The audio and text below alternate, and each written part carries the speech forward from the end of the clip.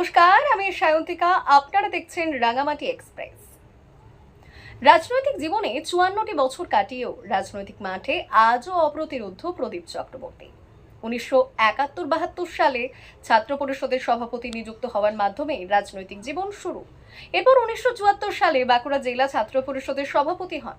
১৯৭৮ সালে গঙ্গাজলঘাটি ব্লক ছাত্র পরিষদের উপদেষ্টা বোর্ডের সভাপতি এবং বাঁকুড়া জেলা উপদেষ্টা পরিষদ ছাত্র পরিষদের কার্যনির্বাহী সদস্য হিসেবে নিযুক্ত হন।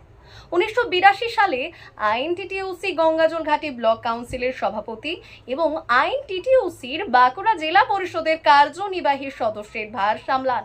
এরপর ১৯৯৩ সালে গঙ্গাজলঘাটি ব্লক কংগ্রেসের সাধারণ সম্পাদক এবং ১৯৯৪ সালে বাঁকুড়া জেলা যুব কংগ্রেসের সহ সভাপতি, ১৯৯৬ সালে গঙ্গাজলঘাটি ব্লক কংগ্রেসের সভাপতি হিসেবে নির্বাচিত হন।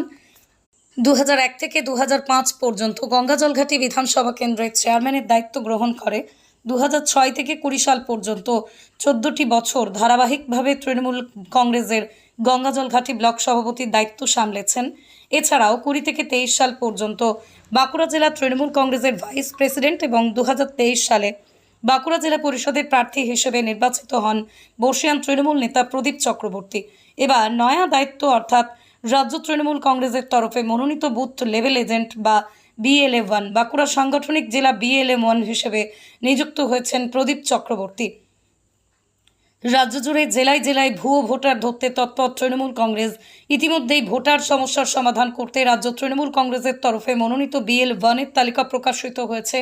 আর এই প্রকাশিত তালিকায় বিষ্ণুপুর সাংগঠনিক জেলা বুথ লেভেল এজেন্ট 1-এর দায়িত্ব পেয়েছেন বাঁকুড়ার গঙ্গাজলঘাটির বর্ষীয়ান তৃণমূল নেতা তথা জেলা পরিষদের সদস্য প্রদীপ চক্রবর্তী।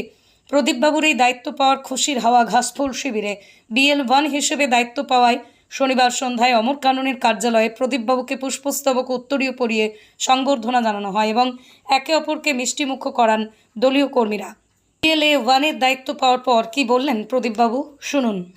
এই মামাটি মানুষের মুখ্যমন্ত্রী এবং আমাদের দলনেত্রী মমতা ব্যানার্জি, আমাদের সেনাপতি অভিষেক ব্যানার্জি এবং রাজ্য সভাপতি সুব্রত বক্সী অশেষ ধন্যবাদ জানাচ্ছি যে তিনি আমার উপরে সারা জেলার 6টি বিধানসভা ভোটার লিস্টের সংক্রান্ত বিষয়ে পুরো দায়িত্বটা তিনি ভরসা করেছেন, আস্থা রেখেছেন, বিশ্বাস রেখেছেন, দায়িত্ব দিয়েছেন।